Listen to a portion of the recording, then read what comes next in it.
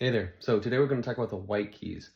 If you watched the previous video, you'll know that we first need to make sure we understand the pattern of black keys, which again is 3, 2, 3, 2, alternating all the way up and down the keyboard. If you understand that, then you can use that to discern one white key from another. Because every white key is in a fixed position against the black keys. For instance, again, if you find any two black keys on the keyboard,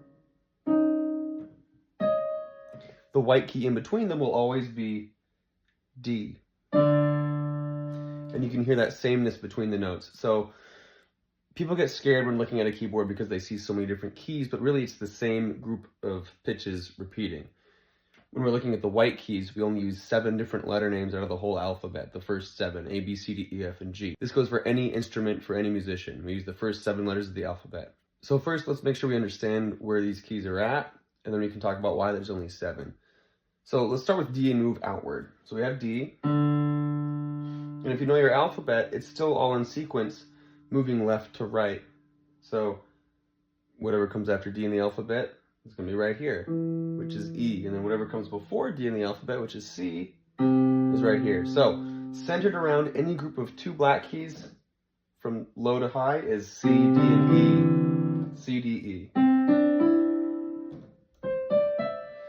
And they should always sound the same. You'll know if it's right because you'll be able to hear those similar tones. So try by yourself just to find those keys, C, D, and E, some low, some high,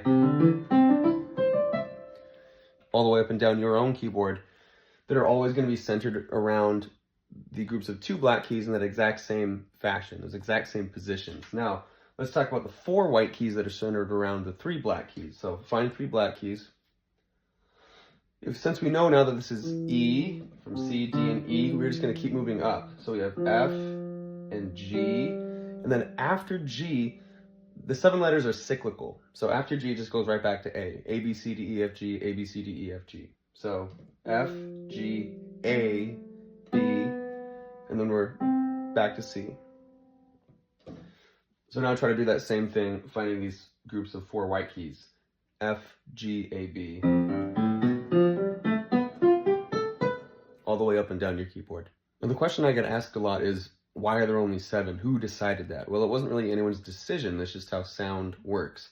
So every note has a specific frequency that it emits, and we use hertz, a numeric value, to identify that, which represents its wavelength. So for instance, the third C from the bottom of the piano, which we call C3, here's C, 1, 2, 3, moves at 130 hertz per second.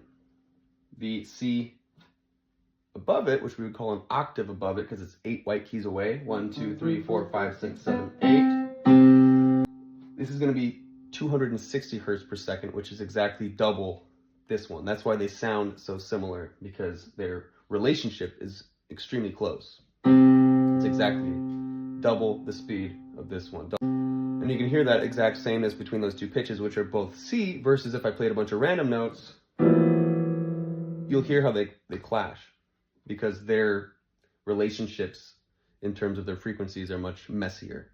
And that, as a whole, ultimately determines whether any 2 notes sound good or bad together. So now finally, let's see if we can actually play on the white keys a little bit. Last time when we looked at the black keys, we used fingers 2, 3, and 4, or just fingers 2 and 3, depending on if we were on a group of 3 black keys or a group of 2. Now we're going to use all 5, so we have to bring in our thumb. Now watch out for that, because a lot of beginning students will tuck their thumb under the piano like that, but we want to use the thumb to play. So you're going to have to overcompensate to make sure that thumb has its spot on the keys there. What we're going to do is just let your hand hang loosely. We don't want it to be totally flat. A lot of teachers say pretend there's like a softball or a grapefruit in your hand. We want that sort of arch.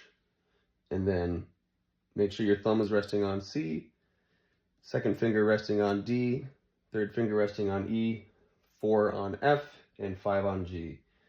And just to start practicing, you can walk up and down 1 finger at a time.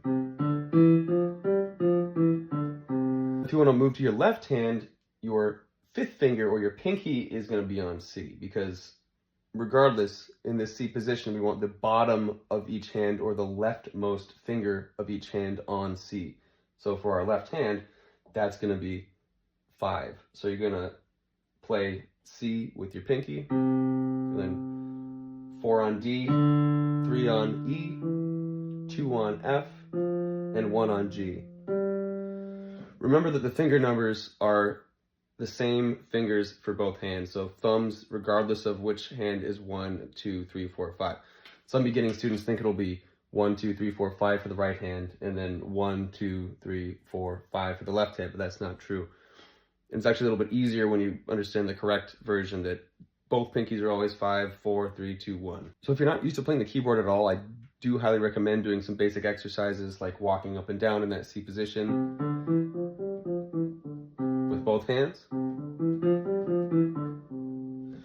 And try to identify random notes on the keyboard. Just jump to a random white key and say, okay, this is E. And again, every white key is going to have a fixed position against the black keys. So as long as you're familiar with that black key pattern of 3, 2, 3, 2, 3, you should be able to identify all the white keys. Remember, there's only 7, and they're always in the exact same position in reference to the black keys.